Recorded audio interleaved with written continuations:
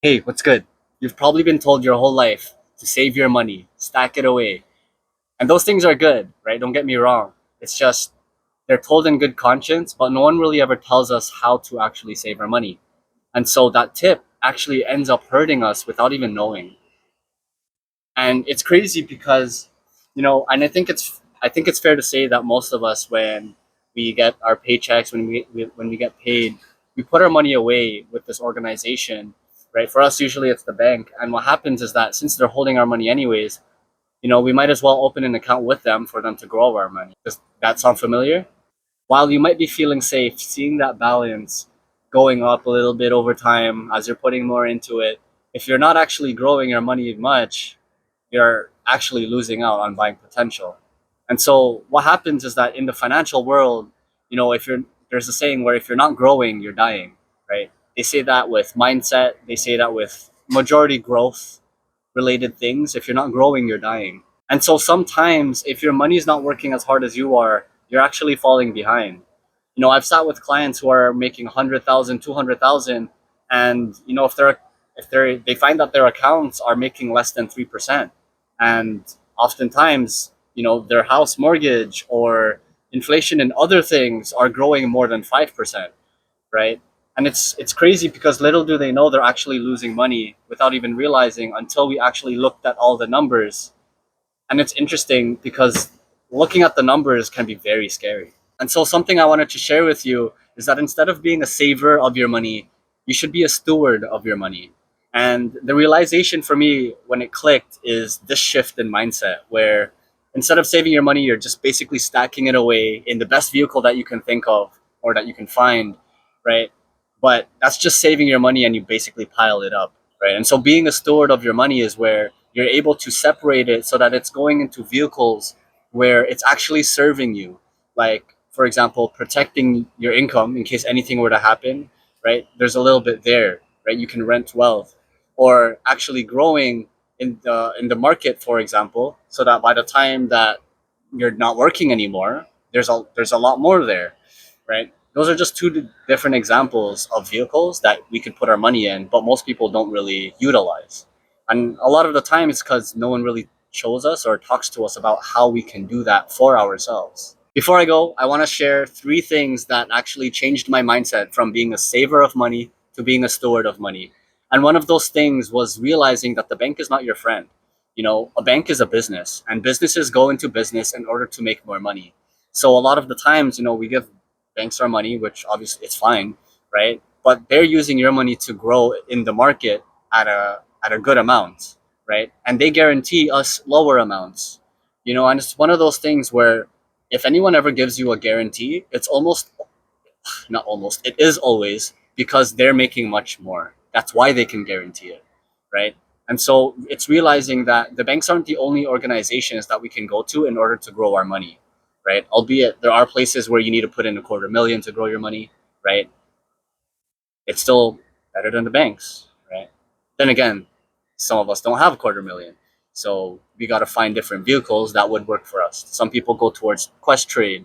Some people go towards Robinhood. Some people go towards Wealth Simple, right? There's these different fintech places that we can also go to in order for us to grow our own money, right? Now that comes with its own challenges, right? So you might want to read up on that, or maybe I can, if you're open to it, share in the comments if you want to hear about some of those challenges, because realistically when you go into different fintech companies you have to have your own ear to the market.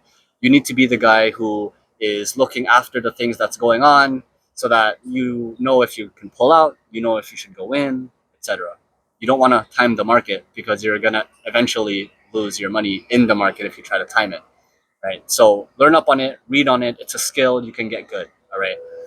The second thing is that liquidity is not the same as protection. And so I'm going to run it back to the idea and concept of life insurance, where you can essentially rent wealth in case anything happened to you. The people that are dependent on you and that you care about are able to be okay financially while they may be struggling emotionally. It's one of those things where you buy it and you hope that you never have to use it, right? But it's there in case anything did happen, you were able to rent wealth, right? It's not the same as being liquid, where if you had an emergency fund, for example, right? Difference is that Your emergency fund is liquid. You would definitely want to have this in an account where you're able to have access to it, like in a snap, right? At the drop of a pin, you'd be able to use it because you'd want it to be liquid. And what it means for something to be liquid is basically for it to be easily accessible. The more liquid something is, the more easier it is for you to access that asset or that cash. We can use houses. Houses are not very liquid. Although they are great assets, they're not as liquid as hard cash. Hard cash is probably the most liquid thing, right? But that's why you'd have it as an emergency fund. It's not meant to grow, it's meant to sit there in case anything happens. And that's just one bucket that you can keep your money in, right? Instead of just saving it and stacking the whole thing away, you can put away 6 months to a year of your salary, of your income, and you'd be able to keep that emergency fund, and the rest of your money, anything extra, can go towards actually growing and just focused on growing. And the third thing that came to mind when it came from being a steward of my money instead of being a saver is to have an actual plan. You know, even a bad plan put in place is better than the perfect plan that's never been acted upon. And it's a crazy thing because, you know, a lot of the times as people, we don't plan to fail. Nobody does. But sometimes we fail to plan. Sometimes, you know, we're stacking away our money, at least for me before, when I was saving my money, I'd stack it away and I'd just think, you know, if I just out earn the inflation or the challenges that I'm going through financially, I should be fine. And yeah, you should be fine as long as you have positive cash flow. But now the challenge comes where what if you can't work for some time? What if something came up and you're not able to earn that extra money or whatever else that you needed? How are you going to combat that inability to work, right? And that's another example for a vehicle that you could use where you could have disability benefits, right?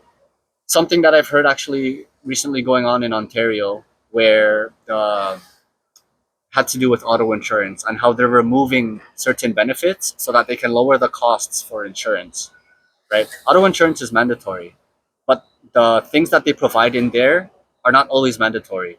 So something like getting hurt in a car accident and not being able to drive might not be available for some people now. And we don't even realize that. Why? Because we never decided to take a look. And so it's really important for us to look at all the things that we have and essentially plan our financial life like we plan our vacations, right? Like we plan buying our new home, like we plan our car and how we're going to customize it and do whatever we want to do with it. We need to be able to plan our financial lives that way and at least have it be adaptive to the life that we want to have, right? Because it's your life, right? Whatever you do, it may influence some people, right? But it doesn't affect other people the same way it affects you. So you need to take care of it because no one else will look at it as hard as you would.